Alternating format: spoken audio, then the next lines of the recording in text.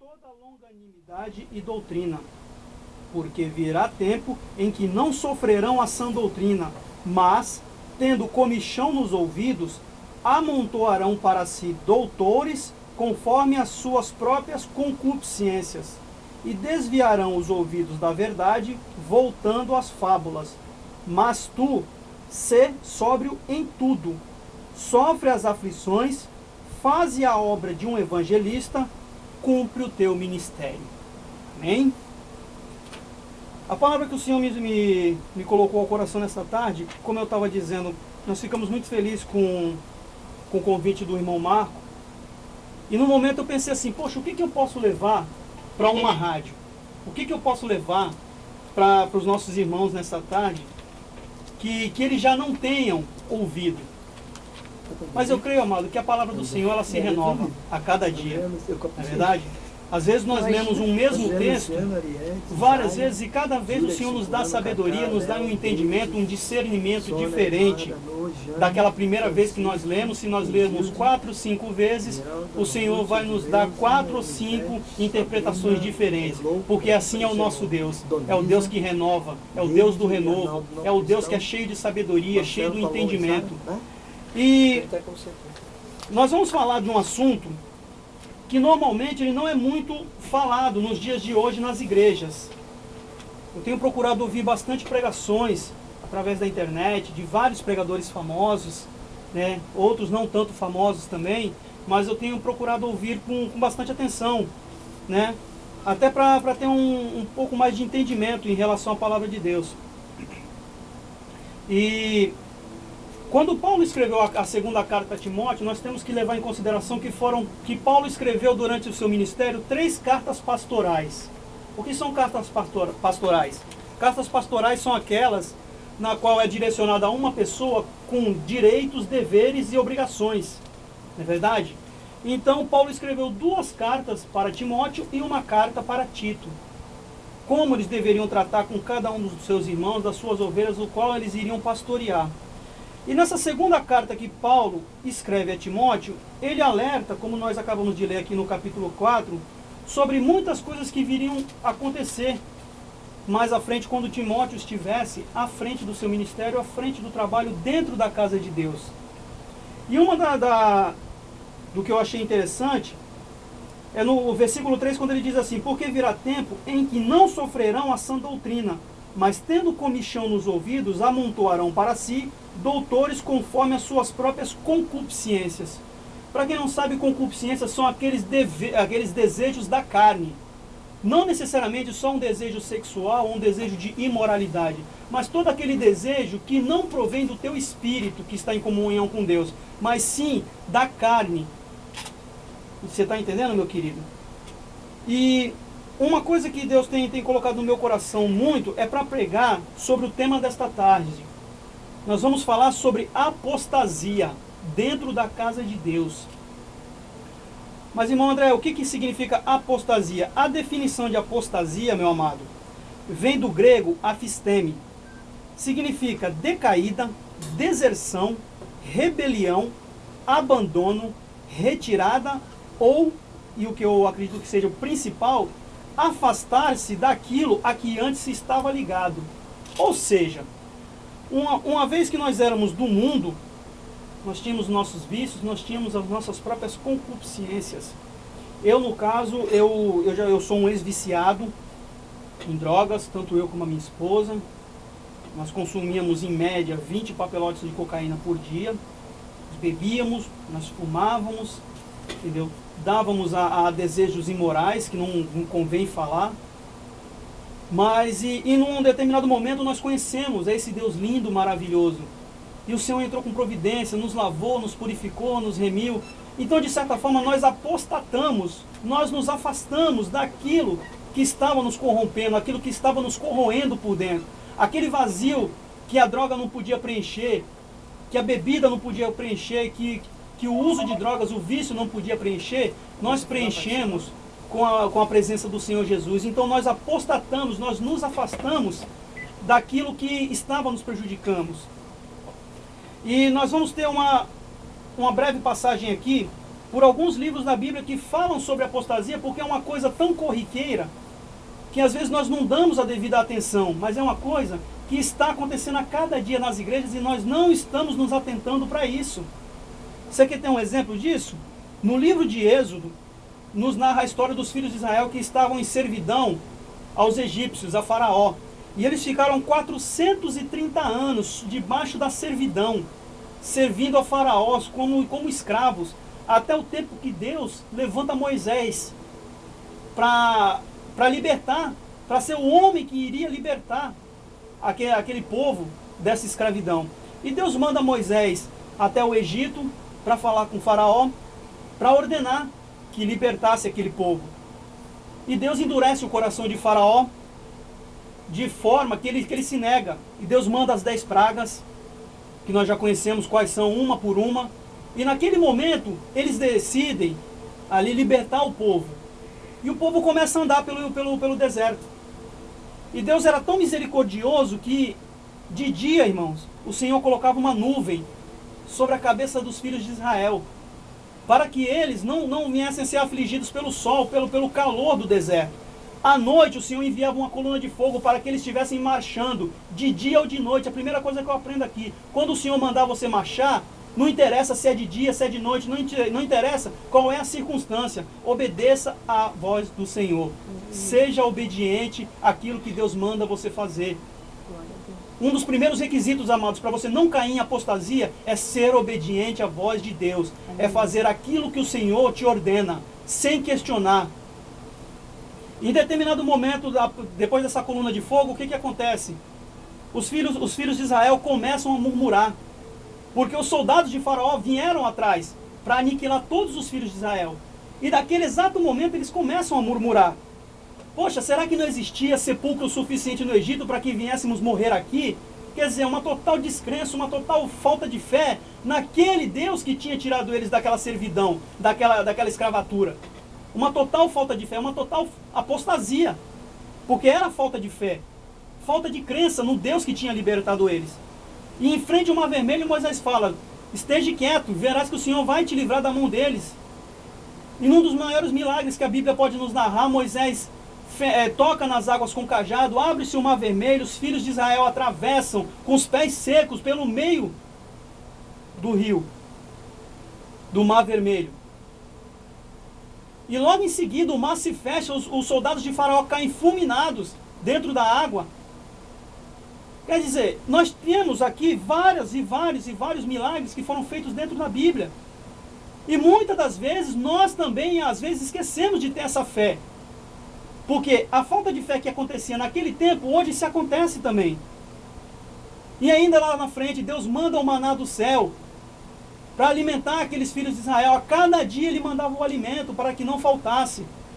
E mesmo assim os filhos de Israel murmuravam.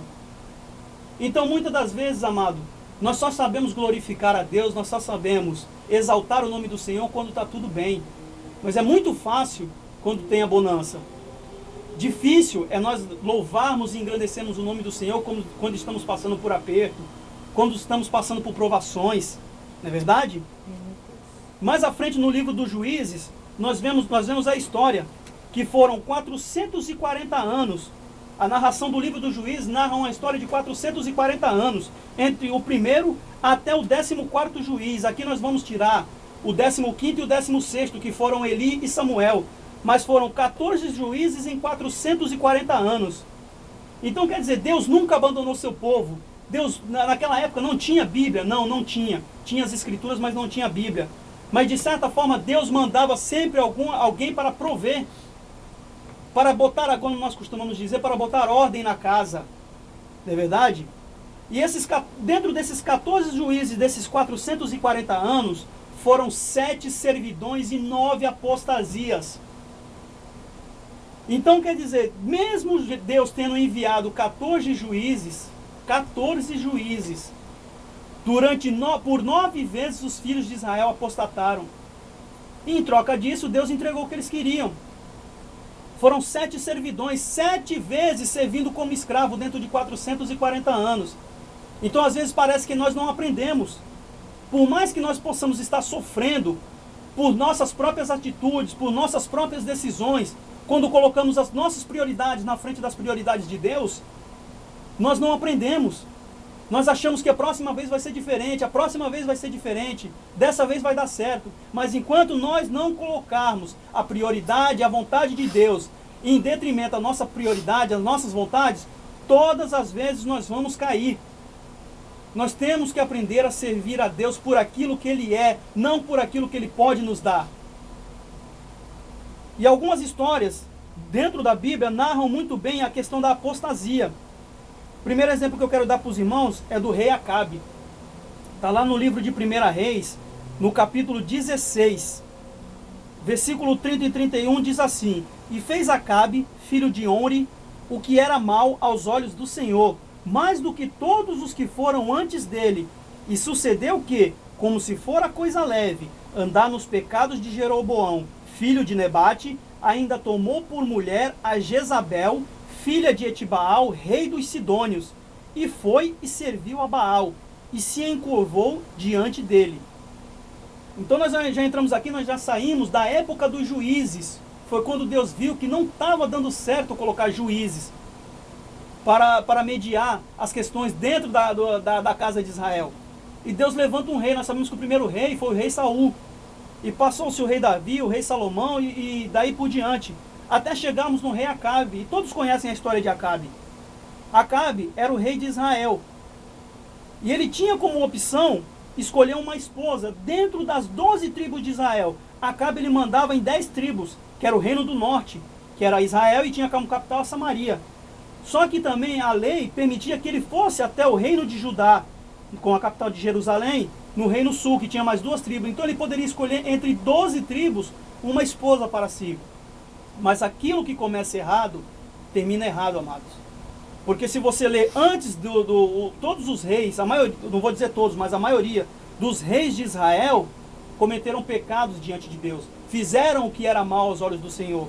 E quando uma coisa começa errada, meu irmão, sem a direção de Deus, sem Deus estar no comando, vai terminar errado. Porque é quando nós dependemos de nossas forças, quando nós acreditamos que vamos poder fazer alguma coisa, o Senhor nos dá uma rasteira. Para mostrar, falar assim, opa, peraí. Você tem que entender que na hora que você levantou a mão e me aceitou, a partir de hoje, eu comando a sua vida. Eu digo o que você tem que fazer. Eu indico que caminho que você tem que seguir. E muitas vezes nós somos teimosos e não queremos. E esse é um dos grandes passos para a apostasia. É quando nós somos malcriados, maldizentes. Não gostamos de ouvir uma repreensão. Só queremos ouvir bênção. Não é verdade? E o rei Acabe apostatou da fé porque deu ouvidos a uma mulher que nem conhecia a palavra de Deus. Não tinha os usos e costumes dos filhos de Israel. Não andava segundo o coração de Deus como mandou Davi.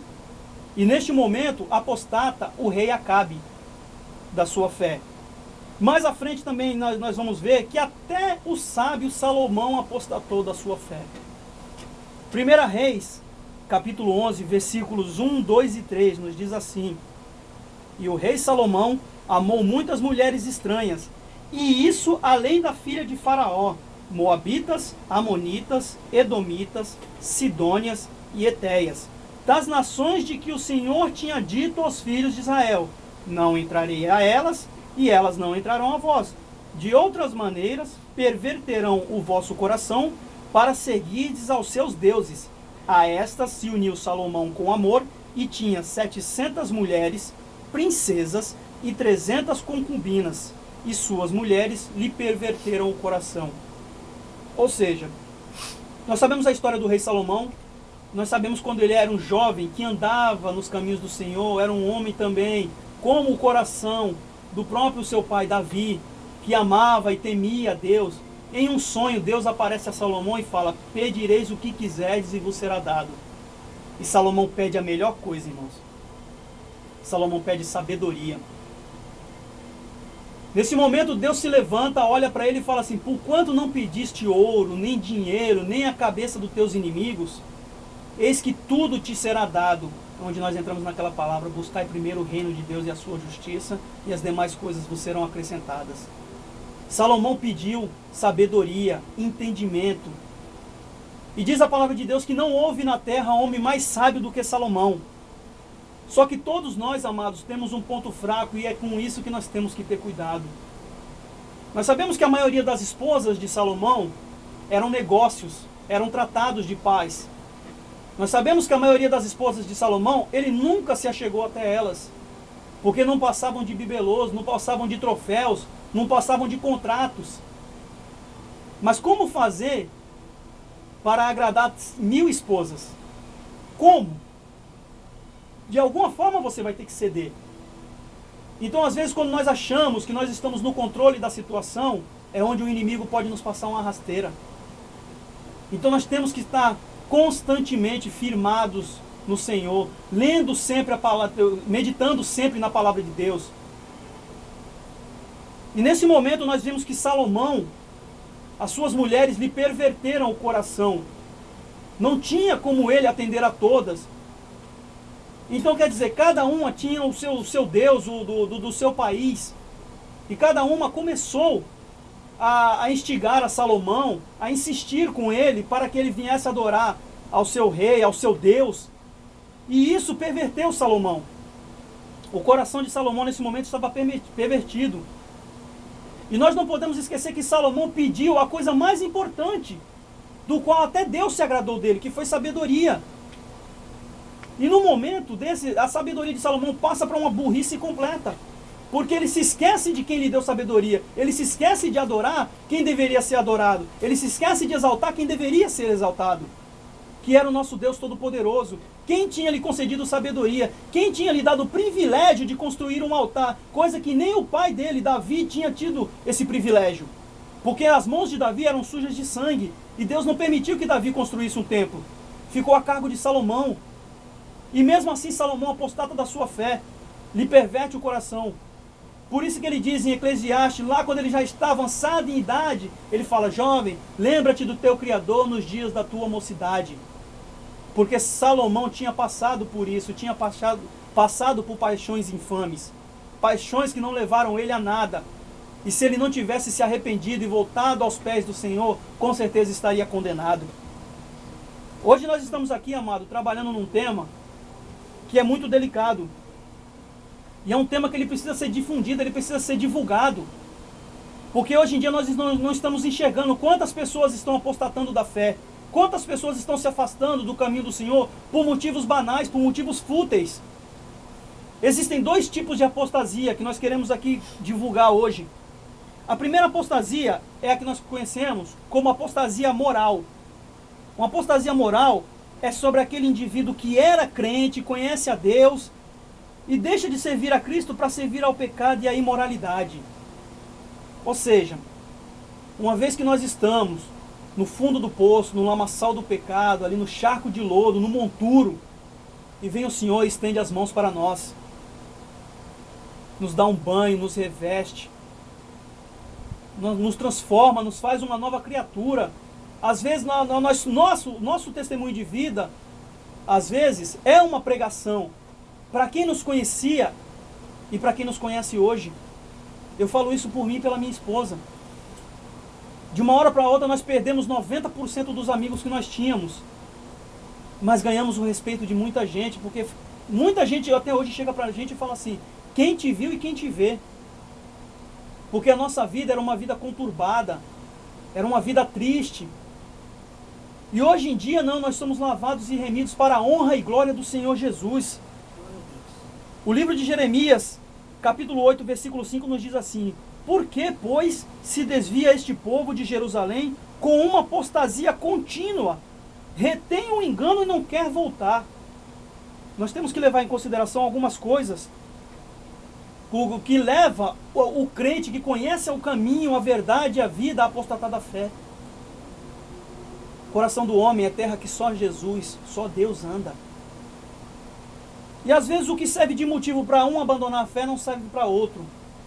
Só que o que nós temos visto hoje em dia, amados, são pastores, presbíteros, obreiros, que estão à frente do trabalho, da casa de Deus, servirem de ponte para as ovelhas estarem apostatando. Pessoas despreparadas, Pessoas que não têm a direção de Deus, estão ali no púlpito para figuração, porque acham bonito ver o homem admirando-os. E isso muito também é culpa nossa, porque nós idolatramos pastores, nós idolatramos pregadores, cantores. Às vezes você vê algum cantor, algum pregador que vai estar na cidade, você quer pegar autógrafo, você quer tirar foto, como se aquela pessoa fosse um superstar, fosse a dona do poder. E muitas vezes esse tipo de pastor, esse tipo de obreiro, de cantor, de pregador, é o que mata uma ovelha na fé. Mas é como eu disse no começo, amado, o que serve para um não serve para outro. Outros às vezes não conseguem se livrar totalmente, apesar do batismo nas águas, tudo, não conseguem se livrar totalmente dos velhos desejos, das velhas concupiscências da carne. A palavra de Deus nos diz que o espírito cobiça contra a carne e a carne contra o espírito. E os dois opõem-se um ao outro para que nós nunca façamos o que queremos. É uma briga constante, amado, da carne com o espírito. E nós temos que estar alimentando sempre o nosso espírito, reduzir a nossa carne à servidão, para que o nosso espírito se fortaleça e a nossa comunhão com Deus a cada dia seja mais fortalecida, para a honra e glória do nosso Senhor e Salvador Jesus Cristo. Seria muito bom se nós andássemos firmes, mas a iniquidade tem se multiplicado dentro das igrejas. Tem acontecido muitas coisas erradas dentro das igrejas, atitudes que nós queremos trazer modismos, comodidades do mundo para dentro da igreja. Nós não queremos, como disse o apóstolo Paulo, sofrer a sã doutrina. Nós queremos comodidade. E ninguém te enganou que servir a Deus era fácil. Ninguém falou para você que seria um mar de rosas, que a tua casinha estava garantida, que era só você sentar no banco e dar aleluia, glória a Deus e pronto. Não, porque a palavra de Deus diz que a fé sem obra é morta. Nós temos que tomar posse, nós temos que fazer aquilo que o Senhor está mandando, está tocando nos nossos corações. Ouvir a palavra de Deus, ouvir a voz de Deus nos nossos corações. Mateus 24, 12 nos diz assim, que por se multiplicar a iniquidade, o amor de muitos esfriaria. E é aquilo que nós vemos, a iniquidade se multiplicando até dentro da casa de Deus. Nós sabemos que a casa de Deus é um pronto-socorro espiritual. Mas hoje em dia nós estamos dando lugar à carne para trabalhar dentro das igrejas. Nós estamos vendo pessoas que estão com atitudes que não condiz com aquilo que a palavra de Deus nos ensina, com aquilo que a palavra de Deus nos ordena. O que nós chamamos de meninices. Nós estamos vendo grandes meninices dentro da igreja.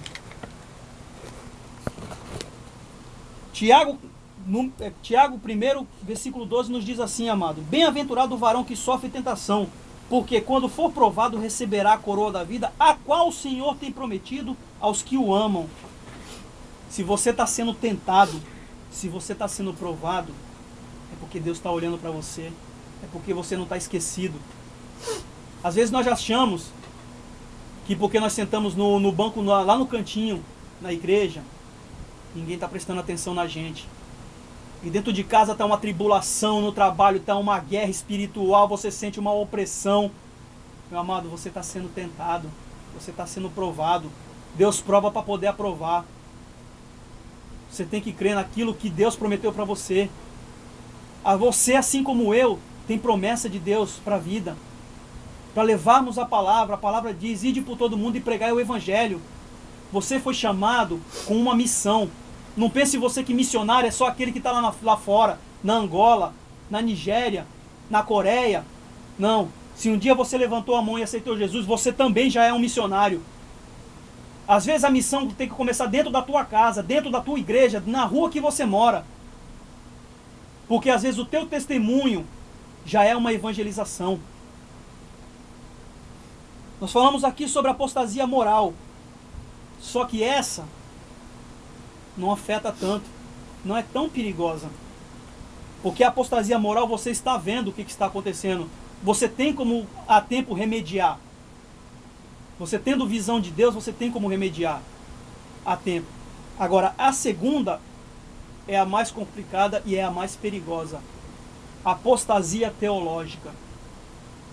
O que é apostasia teológica, irmão André?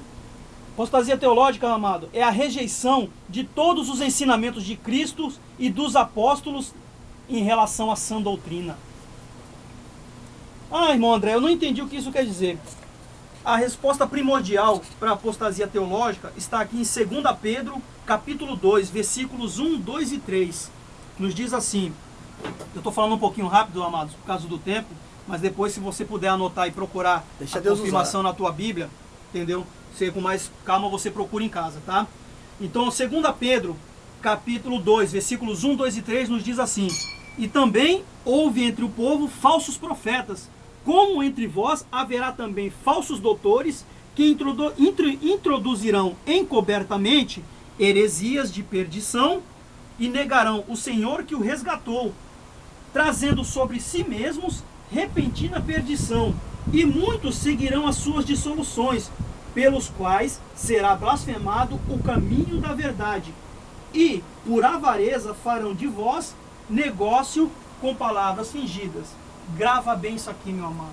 E por avareza, idolatria ao dinheiro, farão de vós negócios com palavras fingidas. É engraçado que a Bíblia foi escrita, todos os livros bíblicos foram escritos há 2000 anos atrás, em média. E é engraçado como nós vemos isso hoje em dia. Será que o apóstolo Pedro adivinhou isso aqui? Não, amado. Isso aqui é revelação divina. A Bíblia é divinamente inspirada. Para aqueles que não acreditam que foi Deus, a mão de Deus, pelo homem que escreveu a Bíblia. O apóstolo Pedro já nos revelava isso aqui. Assim como o apóstolo Paulo. Que haveria esse tempo. Que apostatariam. Hoje em dia o que é muito comum é a pessoa pegar um versículo e isolar aquele versículo para fazer a palavra seu bel prazer. Como disse a nossa irmã Adriana, o evangelho segundo eu. Uma das grandes passagens, dos grandes versículos que as pessoas usam hoje em dia, os denominados pastores das mega igrejas, é o seguinte: somos mais do que vencedores. Então, por causa disso, você se mete em conta, se mete em dívida, você mete as caras para comprar a tua casa, para comprar o teu carro. Mas, irmão, você vai ter dinheiro para pagar isso? Não, irmão. A Bíblia fala que eu sou mais do que vencedor. Deus vai prover. Epa, peraí. Nunca isole um versículo, amado. Nunca isole. Procure saber o contexto. Nunca vá na ideia do pastor, nunca vá na ideia do presbítero, do obreiro, de quem quer que seja. Porque antes dele ser um homem de Deus, ele é um homem sujeito a falhas, ele é humano, ele é passível de erros. Às vezes, é imperceptível. Ele não está percebendo que ele está falando algo errado. E às vezes você coloca aquilo ali como fé e prática, como guia de fé e prática. E você, indiretamente, você está apostatando da fé, porque você está distorcendo a palavra de Deus e você não está entendendo aquilo que Deus realmente quis dizer. Porque quando o apóstolo Paulo disse isso no livro de Filipenses, ele disse: sei estar abatido e também sei padecer, sei ter fartura e também sei ter fome. Posso todas as coisas naquele que me fortalece. E muita gente isola o versículo posso todas as coisas naquele que me fortalece para usar como guia de fé e prática. Nós temos que a cada dia estar nos alimentando da palavra. O Espírito Santo só vai lembrar você, só vai lembrar a mim, amados, daquilo que nós lemos. Mesmo que nós tenhamos, às vezes, passado por uma passagem desapercebido, o Espírito Santo, do alto da sua infinita sabedoria, vai nos lembrar. Ele vai nos lembrar daquilo no momento oportuno. Às vezes você pega, lê uma palavra e você não entende. Mas, meu Deus, o que quer dizer isso? Não está falando comigo, porque não é a hora de Deus falar contigo dentro daquela palavra. Na hora certa, Deus vai te lembrar. E você não vai estar nem com a Bíblia. Isso acontece muito. E hoje nós vemos muitos pastores de mega igreja, mega catedrais, querendo fazer negócios fingidos com os fiéis. Hoje em dia você vê canetas aí, que são vendidas, canetas de R$100, para assinar. Onde você assinar cheque com aquela caneta, você vai prosperar. Agora você me diz onde é que na Bíblia está escrito isso. Não é verdade? Bíblias de R$900. Por quê? Contém ouro dentro da Bíblia? Realmente contém ouro, mas é um ouro espiritual, que não tem preço. A palavra de Deus fala: de graça recebeste, de graça dai. Não é verdade? Quando Pedro estava junto com João para levantar aquele paralítico, ele falou: não tenho ouro nem prata, mas o que eu tenho te dou, em nome de Jesus, levanta e anda. De graça recebeste, de graça dai. E tem alguns pastores que estão precisando ter um encontro com Deus, estão precisando ler mais a Bíblia, para realmente entender aquilo que Deus quer falar. Hoje em dia hoje em dia a moda é você ter uma igreja cheia, não é verdade? Tem que agendar o pastor para falar com ele. Tem que agendar, exatamente, é que nem nosso irmão Marco está falando. Tem dia para você falar com o pastor. Quer dizer então que se o teu casamento está ruindo naquele dia, você tem, e é uma sexta-feira, não, o pastor está de folga sábado e domingo. Você espera e volta segunda-feira. Não existe isso, amado. Ou então o mês que vem, não existe isso. Jesus. O fato de você estar pastoreando, o fato de você estar à frente de um trabalho, você tem que estar preparado. Você tem que saber que você vai receber cajadada. Você vai receber açoites. Você vai ter que buscar muito mais a palavra de Deus. Você vai ter que se fortalecer no espírito. Porque você tem que estar preparado para ser escarnecido. Você tem que estar preparado para ser açoitado.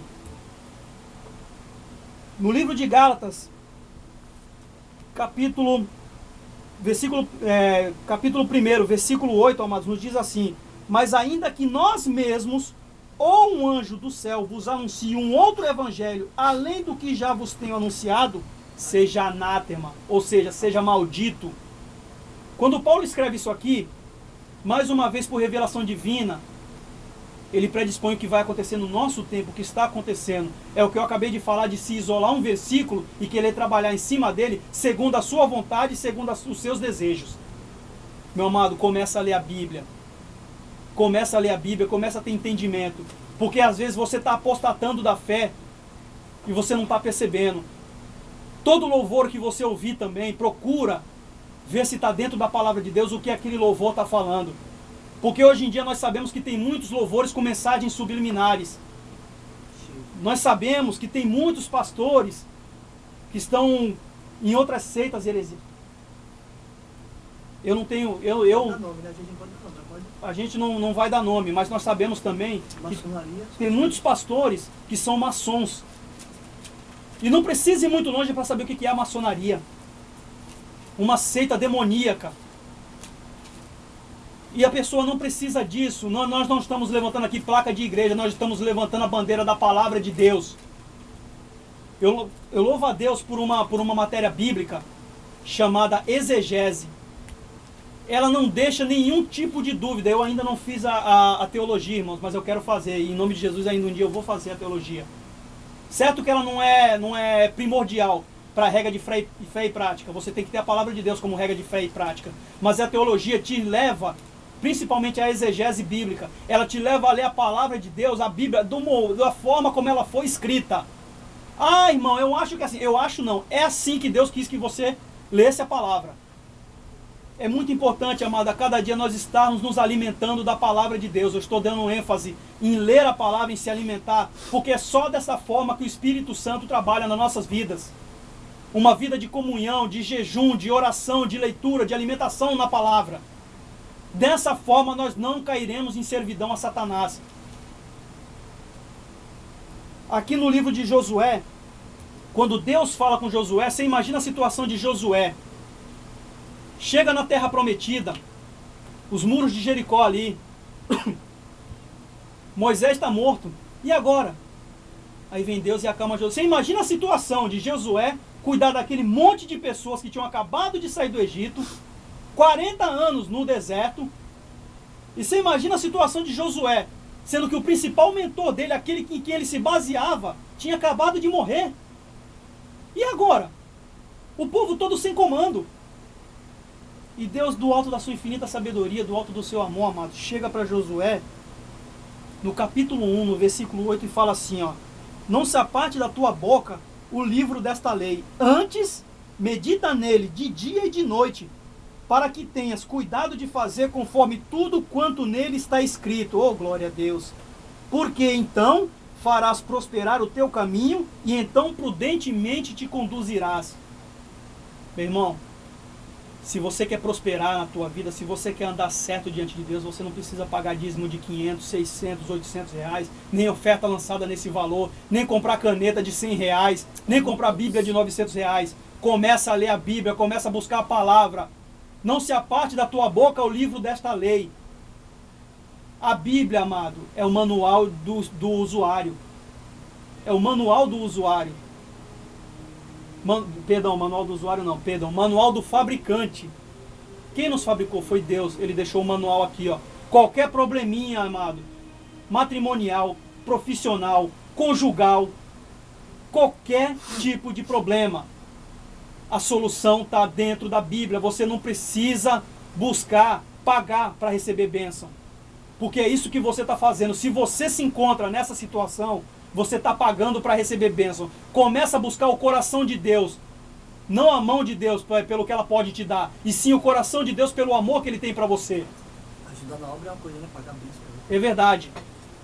Então começa a se alimentar da palavra. Começa a buscar, começa a orar, a jejuar, se consagrar.